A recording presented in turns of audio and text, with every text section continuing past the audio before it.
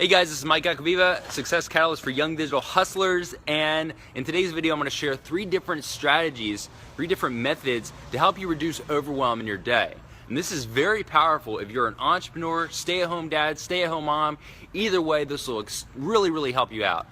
So the first method is actually from Christy Hedges. She wrote this book called The Inspiration Code. I'm reading it right now. It is absolutely incredible. Well, obviously not right now because I don't have a book in my hand. And I don't really, but anyway, so in the book she shares this idea called double loop learning. I believe it's called double loop learning, and she learned this from someone else. But basically there's 3 different levels to this concept, and it's assumptions, actions, and results. You see, most people, we just take action. We don't really think about, is this the right thing we should be taking action on? We don't really challenge our belief system. So before you take action on something, if you're feeling overwhelmed, taking action on that project, that task, it's just so it's this overwhelming animal that you have to you have to conquer. Well, challenge your assumptions first.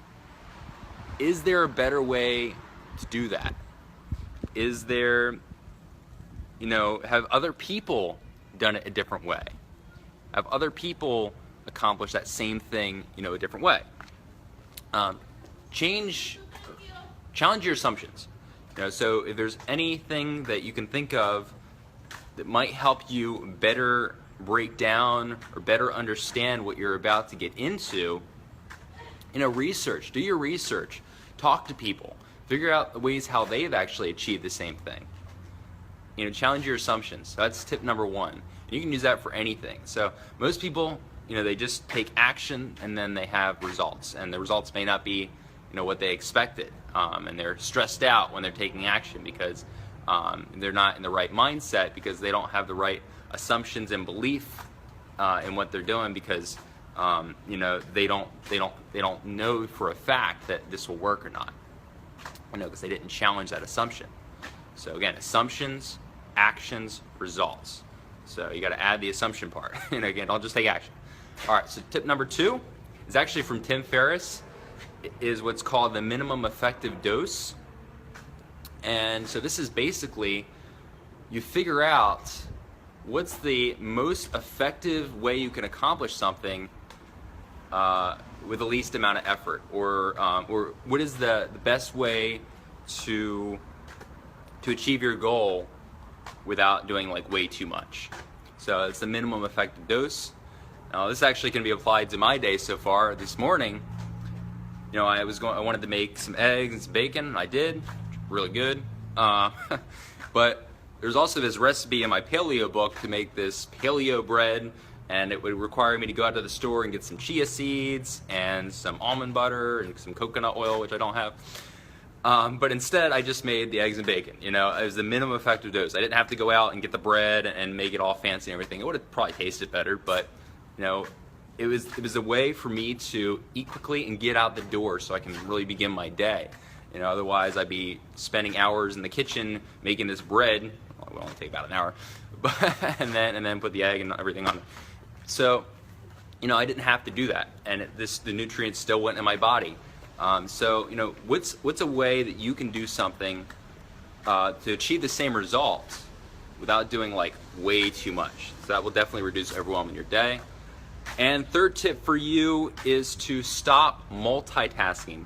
Now I will tell you, my friend, this is something I struggle with greatly. Multitasking is very detrimental to your brain. It's very detrimental to your IQ. It actually lowers your IQ, and it actually makes you really dumb in the end. I don't know about dumb, but it lowers your IQ. People that multitask enough, they're said to have the same effects as smoking marijuana constantly, or getting drunk, or not having enough sleep. It just is really bad for your brain. It overtaxes your brain.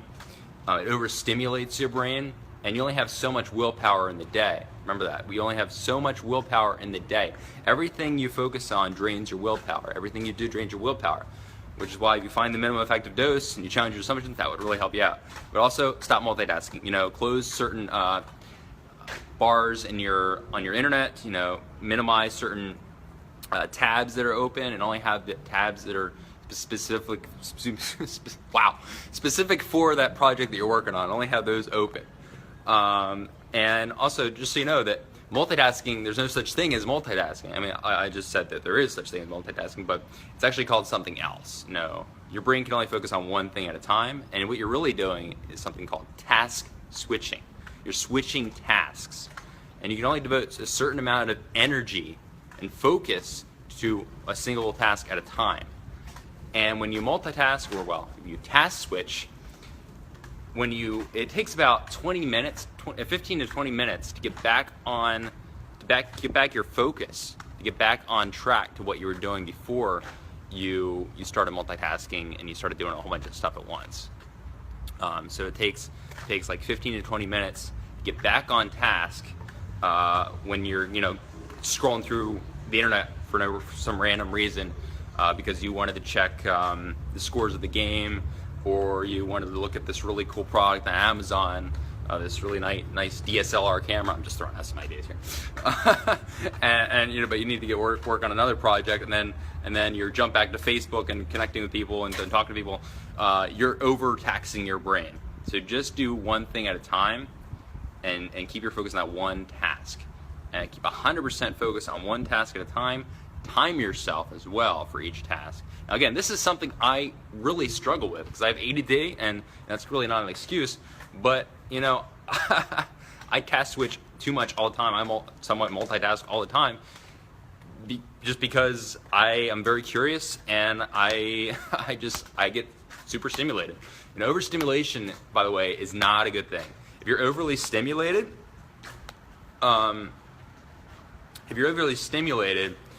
you actually lose joy in what you do normally.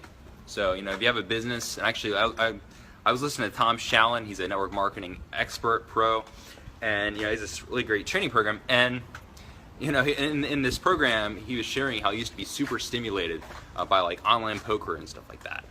And when you're stimulated, you lose that joy, because the stimulation becomes your joy. The stimulation, whatever you're stimulated about, that becomes your new focus. That becomes, your brain gets hardwired to enjoy that more than your business, than connecting with people for your business, stuff like that. So be very careful about overstimulation. Looking at your phone a lot, scrolling through Facebook, online poker. Be very careful about what you allow yourself to be stimulated by, because it can steal your focus, and it will take away the joy in what you do normally. So hope these tips helped you out. These 3 tips. Again, challenge your assumptions before you take action to change your results. Number 2, figure out the minimum effective dose that you need to accomplish whatever you need to work on. And number 3 is to stop multitasking, stop task switching. All right, my friend, take care, have a great day, and